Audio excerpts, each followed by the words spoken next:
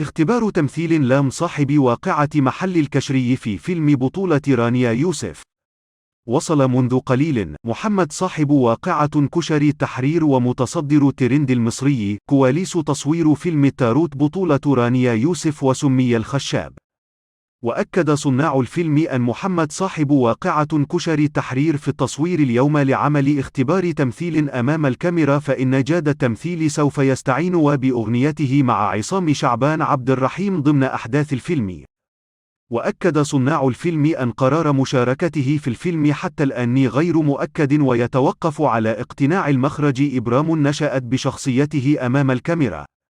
ويبدو أن الشهرة وحب الظهور كان حلما يراود عامل النظافة الشهير بعامل كشري التحرير، مرة بظهوره مع فنان شهير يأكل الطعام معه، وأخرى محاولا التواجد في عزاء المحامي الراحل فريد الديبي، ثم إعلانه خطبة مذيعة، وأخيرا بالظهور في ثوب مطرب شعبي.